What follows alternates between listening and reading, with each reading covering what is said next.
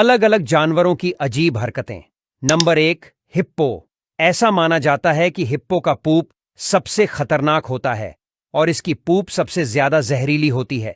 Hippo जब पूप करते हैं तो अपने पूंछ से काफी दूर तक अपनी पूप का छिड़काव करते हैं, जिससे कि वो फीमेल हिप्पो को आकर्षित कर सके।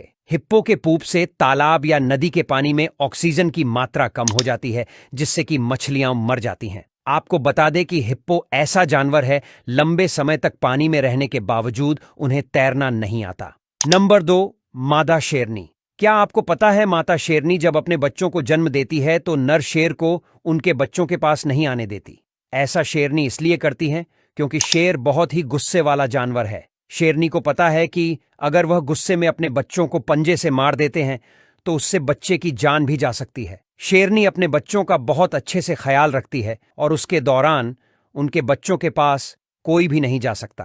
नंबर 3, मादा कंगारू। मादा कंगारू जब किसी शिकारी से खतरा महसूस करती है तो अपने बच्चों को अपनी थैली से बाहर निकाल देती है। यह शिकारी का बच्चे से ध्यान भटकाने के लिए है और या फिर भागने में आसान हो।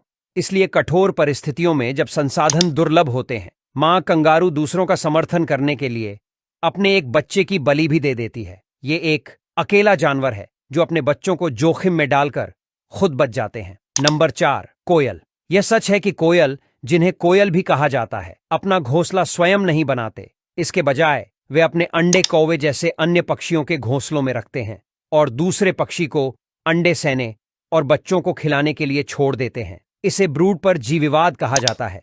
इस नस्ल की पक्षी को अपने बच्चों की परवाह नहीं होती। अगर कोई अन्य पक्षी उनके बच्चों को या अंडों को कुछ कर देती है तो कोयल को कुछ फर्क नहीं पड़ता। नंबर 5, हथनी। हथनी अपने बच्चों को जन्म देने के बाद ही तुरंत उसे बच्चों को मिट्टी में लौटाकर मिट्टी से गंदा कर देती है। ये ऐसा इसलिए करती है क्योंकि बच्चों को जन्म देने के समय बहुत सारा मलमूत्र और खून बढ़ा देती है, जिससे कि उसकी स्मेल से अन्य जानवर सक्रिय हो जाते हैं और आसानी से बच्चे को ढूंढ सकते हैं। इसीलिए वह अपने बच्चों को मिट्टी से गंदा करती है। हाथी के बच्चे लगभग अंधे पैदा होते हैं और हर चीज के लिए अपनी मां और सूंड पर निर्भर रहते हैं। माताएं आमतौर पर अपने बच्चों को 4 से 6 साल तक पालती हैं। नंबर 6, जुगनू। जुगनू अपनी रोशनी से अपने साथी को आकर्षित करने के लिए संकेतों को आगे पीछे फ्लैश करते हैं। मादा जुगनू अपने साथी का चयन इस आधार पर करती है कि उन्हें अपने प्रेमी की चमक कितनी पसंद है। ज्यादा फ्लैश और तीव्रता को बहुत आकर्षक माना जाता है।